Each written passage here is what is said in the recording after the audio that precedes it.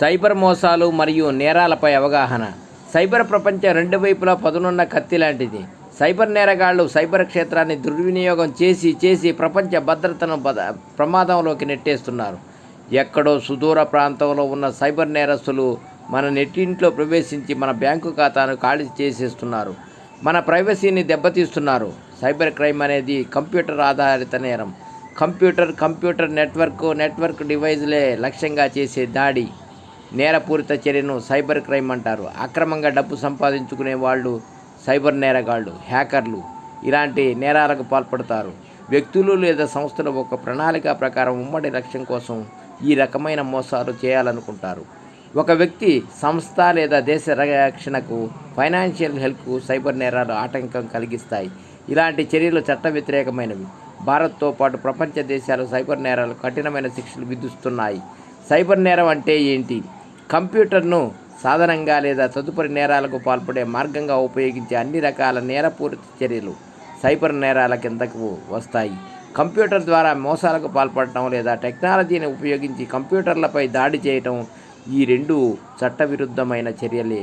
Computer వనరులను సాధనంగా ఉపయోగించే నేరాలు. సైబర్ క్రైమ్ ప్రధాన లక్ష్యం వ్యక్తి అయినప్పుడు కంప్యూటర్ను లక్ష్యంగా కాకుండా సాధనంగా పరిగణించవచ్చు. ఈ నేరాలు సాధారణంగా తక్కువ సాంకేతిక నైపుణ్యాన్ని కలిగి ఉంటాయి. మానవ బలహీనతలు సాధారణంగా దోపిడీకి గురవుతాయి. వ్యవహరించిన నష్టం చాలా వరకు మానసిక అసంపూర్తిగా ఉంటుంది. ఇది వేరియంట్లపై చట్టపరమైన చర్యలను మరింత కష్టతరం చేస్తుంది. ఆఫ్లైన్ ప్రపంచంలో శతాబ్దాలుగా ఉన్న నేరాలు ఇవి. హైటెక్ పరికరాల అభివృద్ధికి ముందే మోసాలు, దొంగతనం ఇష్టాలు ఉన్నాయి. అదే నేరస్తుడికి కేవలం ఒక సాధనం ఇవ్వబడింది. ఇది వారి బాధితుల సంభవ్య సమూహాన్ని పెంచుతుంది. వారిని గుర్తించడం, పట్టుకోవడం కష్టతరం చేస్తుంది. మోసం, గుర్తింపు, దొంగతనం ఇది మాల్వేర్, హ్యాకింగ్ లేదా ఫిషింగ్ను ఎక్కువగా ఉపయోగిస్తున్నప్పటికీ ఇది కంప్యూటర్ లక్ష్యంగా, కంప్యూటర్ సాధనంగా నేరం రెండింటికి ఉదాహరణగా మారుతుంది. ఫిషింగ్ మోసాలు. సైబర్ మోసం ఉదాహరణకు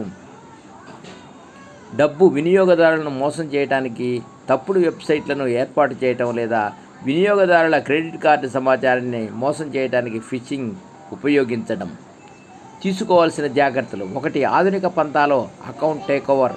ఇటీవల ఎక్కువగా నమోదయ్యే నేరాలు అకౌంట్ టేకోవర్కు సంబంధించినవి. ఈ సైబర్ నేరగాళ్లు వ్యాపార లావాదేవీలు జరిపి వారి ఈమెయిల్స్ను హ్యాక్ చేస్తారు.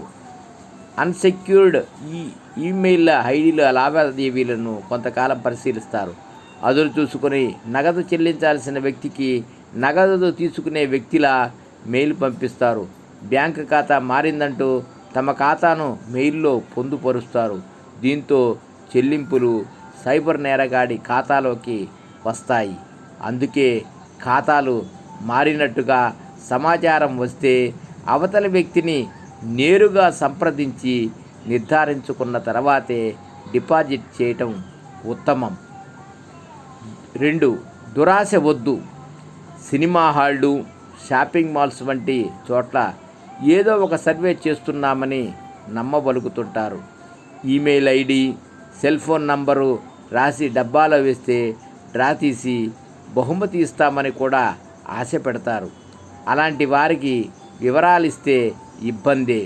వారి దగ్గర నుంచి ఈ వివరాలను సైబర్ నేరగాళ్ళు కొనేసి తమ పని కానిస్తుంటారు. ఒక్క మెయిల్తో ఖాతా ఖాళీ. మేం ఫలానా బ్యాంకు నుంచి మెయిల్ చేస్తున్నాం. భద్రతా చర్యల్లో భాగంగా అందరి వివరాలు తనిఖీ చేస్తున్నాం. మీ అకౌంట్ నంబర్, పాస్వర్డ్ చెప్తే ఎవరు ట్యాంపర్ చేయకుండా చర్యలు తీసుకుంటాం అంటూ వచ్చే ఈమెయిల్కు స్పందిస్తే ఖాతా ఖాళీ అయిపోయినట్లే. ప్రపంచవ్యాప్తంగా సైబర్ నేరగాళ్ళు రోజుకు ఇలా 98 లక్షల ఫిషింగ్ మెయిల్స్ పంపుతున్నట్లు అంచనా. ఇక ఎస్ఎంఎస్లో ఇలా వచ్చే సందేశాన్ని స్మైషింగ్ అంటారు. 4. Key loggers. కంప్యూటర్ ద్వారా జరిపే ప్రతి లావాదేవీని తెలుసుకునేందుకు కీ లాగర్స్ అనే సాఫ్ట్వేరు వాడుతున్నారు. కంప్యూటర్ను వినియోగించిన వారు ఏ సమాచారం టైప్ చేశారో ఈ సాఫ్ట్వేర్లో తెలుసుకోవచ్చు. నెట్కేఫ్ని సిస్టంలో వీటిని ఏర్పాటు చేస్తున్నారు. దీనితో కంప్యూటర్ను వాడుకున్నవారు టైప్ చేసిన సమాచారాన్ని తస్కరించి దుర్వినియోగం చేసేవాళ్ళు పెరిగారు. 5. క్రెడిట్ కార్డుతో జాగ్రత్త.